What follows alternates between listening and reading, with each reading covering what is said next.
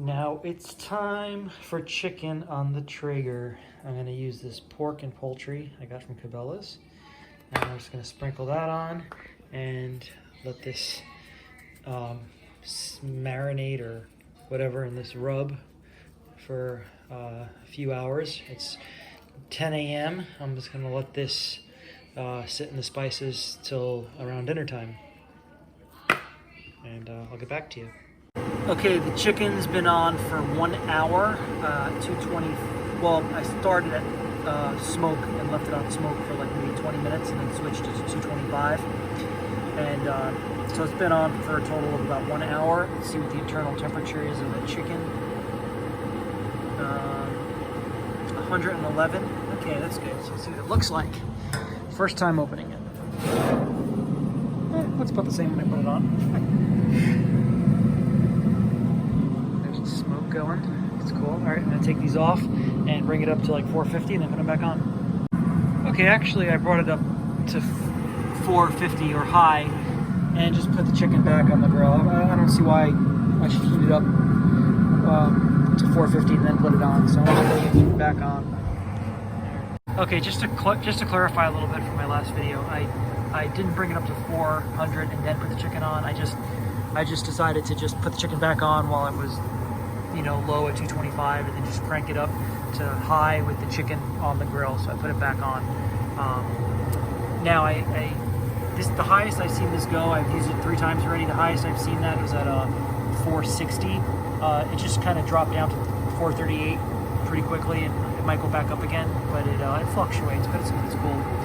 I could really hear the chicken in there sizzling like crazy, and the internal temperature right now is 163. It's pretty much, it's almost done, so I'm going to open it up in a second here. I haven't peeked at all, so I'm kind of curious. I'm kind of worried though, because it's really raging in there, and unlike that ribeye, the chicken needs to be a higher temperature. So that ribeye I did in the last video was only 130 degrees, so this is 170 I got to bring it up to. So I don't know, I hope that chicken's not really burnt on the outside, because I really hear it going to town. I don't know if you can hear that in the video, but it's like, hear that sizzling like crazy. There's my dog playing in my muddy backyard. Well, that side's muddy. Okay. Okay, 166. I'm gonna pull it off now. I don't want to dry that chicken out. The Traeger thing says 170, but all right, let's see. Don't be burnt. Don't be burnt. Don't be burnt. Ooh, that looks good actually. Wow.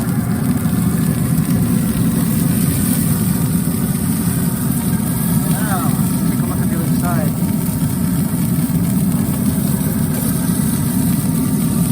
Cool. All right, let's bring that inside.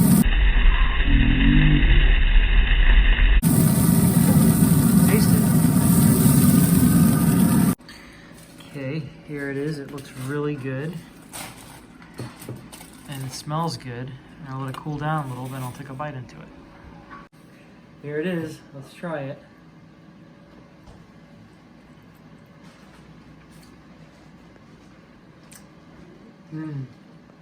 Very good. It's got that like sweet taste again. It tastes really good. It's juicy. It's plump.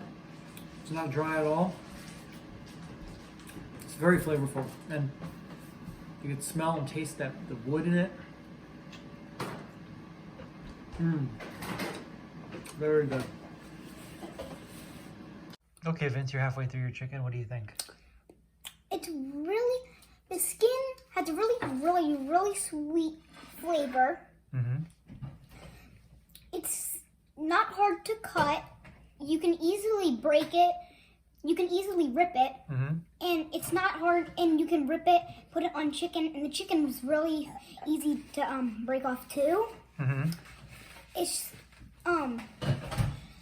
the chicken has really sweet taste. Yeah. It was interesting what Arthur said. Arthur, what did you say?